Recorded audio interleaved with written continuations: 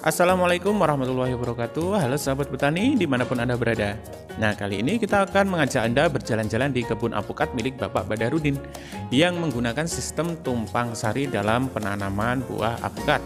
Tapi sebelum kita lanjut, jangan lupa klik subscribe dan tombol loncengnya dihidupkan agar kami semangat untuk membangun channel ini dan memberi informasi kepada kalian. Sistem tumpang sari adalah sistem di mana petani menanam tidak hanya satu jenis tanaman saja, melainkan ada beberapa jenis di dalam satu lahan. Seperti halnya yang diterapkan oleh Bapak Badarudin. Bapak Badarudin menanam alpukat tetapi ada jaraknya sekitar 10 meter. Dan di antara jarak tersebut, kita bisa menanaminya seperti ubi jalar ataupun pepaya dan lain-lain. Nah, berikut ini adalah pembahasannya. Ya, di sini salah satu lahan alpukat yang kita lakukan dengan sistem tumpang sari. Antara jarak alpukat itu kisaran 10 meter. Ya, kita bisa tanami seperti halnya ya kayak ubi jalar kayak gini. Ubi jalar juga untuk pendapatan tambahan untuk petani. Untuk pertumbuhan ubi jalarnya sangat bagus dan tidak mengganggu untuk pertumbuhan alpukat. Nah, salah satu contoh alpukat yang ini. Nah, ini sedang berbunga. Jenis dari alpukat sendiri ini adalah muria. Perlu digarisbawahi kalau terdapat bunga atau sedang berbunga, itu adalah waktu-waktunya untuk penyemprotan. Dikarenakan saat berbunga pastilah musim ulat. Jadi kita harus kontrol setiap hari. Cara mengecek kalau ada ulat itu biasanya di bawah pohon alpukat sendiri itu terdapat pup dari larva tersebut. Untuk berbunga atau buah dari pohon wina ini sudah berbunga atau berbuah kisaran 3 kali. Kisaran sudah umurnya kisaran 5 tahun. 2 bulan yang lalu kita panen di sini, tapi ternyata sudah berbunga lagi. Nah, kita juga membudidayakan jeruk di sini. Jeruk yang kita tanam di sana ini adalah gerbah lembong. Dan juga untuk ini ada juga batu liman. Batu liman itu rasanya lebih enak daripada gerbah lembong dan juga jeruk-jeruk lokal. Dan bentukannya seperti ini. Nah, kita bisa menanamnya di jarak antara alpukat yang satu dengan alpukat yang lain. Nah, perkembangannya pun tidak terhambat ya, sama sekali tidak terhambat. Dan kita mempunyai panenan yang lain seperti buah jeruk dan juga telo kentang atau ubi jalar. Ini sudah meranjak ke musim kemarau, jadi kita nanti akan prepare untuk persiapan untuk musim kemarau ya. Meskipun sekarang mendung, tapi kita sudah ada bak kontrol yang nanti untuk penyiraman si alpukat tersebut. Dan juga kita punya sumur bor yang ada di sekitar sini untuk nanti kita beri air alpukat ini. Soalnya kalau alpukat ini sedang berbunga seperti itu, sedang berbunga dan kekurangan air, nanti bisa gugur bunganya dan tidak jadi untuk alpukatnya itu tidak jadi karena bunganya itu gugur gitu karena kekeringan. Oh ya, untuk sahabat petani, kalau misalnya alpukat ini berbunga dan jadi banyak, umur kisaran 2,5 tahun lebih baik dikurangin dulu untuk jadinya buah, karena bisa jadi itu menghambat pertumbuhan dari si calon indukan ya. Jadi harus diperhatikan juga untuk perkembangannya, jangan asal berbuah banyak terus berbuah banyak dibiarin aja berbuah banyak. Nah, bisa saja berbuah banyak nanti efeknya negatifnya apa untuk ke belakangnya, tapi jangan kalian rontokin semua. Kalau kalian rontokin semua nanti pohonnya bisa stres dan tidak berbuah lagi. Jadi disisakan mungkin beberapa gitu, mungkin satu tangkai ada 3 atau 4 alpukat, kita kurangin 2, jadi mungkin ada 2 atau 1 di dalam satu tangkai, jadi tidak merusak pohon alpukat itu.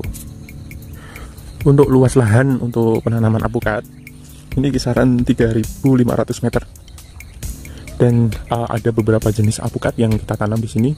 Yang ini muria, jelas kalian kelihatan ya, muria mempunyai ciri khas untuk batang yang mempunyai benjolan seperti itu. Dan juga ada juga kendil, ada juga peluang, ada juga wina. Nah, kalau yang sekarang lagi berkembang itu, kalau yang di sini baru awalan ya, awalan itu baru muria. Awalan baru muria, terus disusul sama wina, terus disusul sama kendil, sama peluang gitu.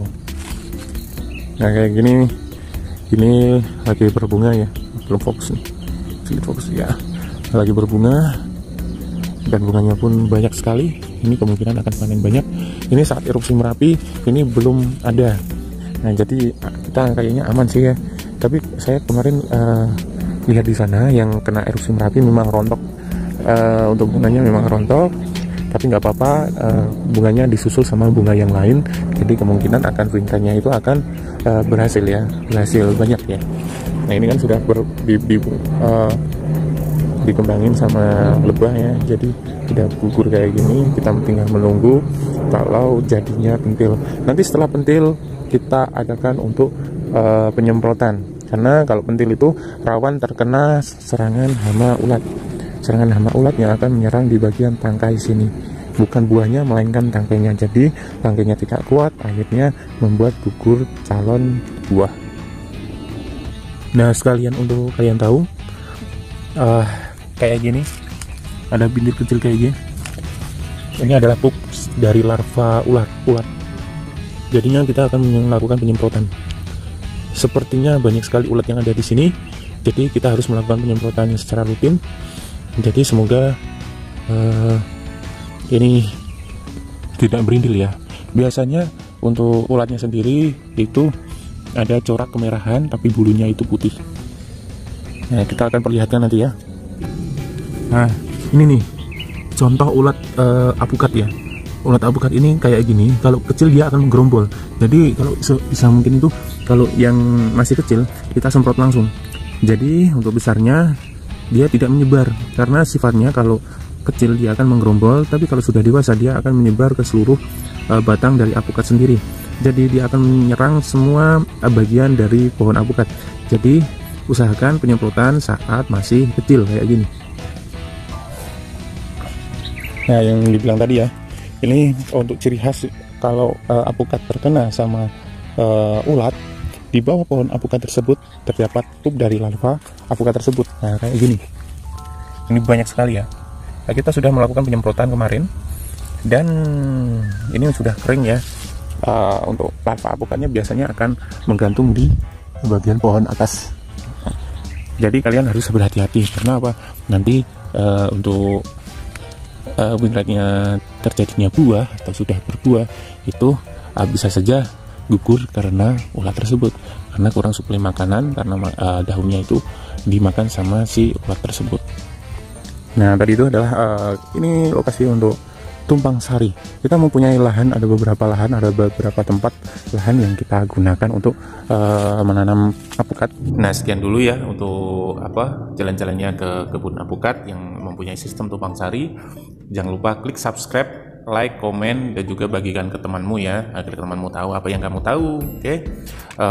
Akhir kata, bila ada kekurangan mohon maaf, dan jangan lupa kunjungi juga channel kami di sini. Dan wassalamualaikum warahmatullahi wabarakatuh, dan salam botanikal.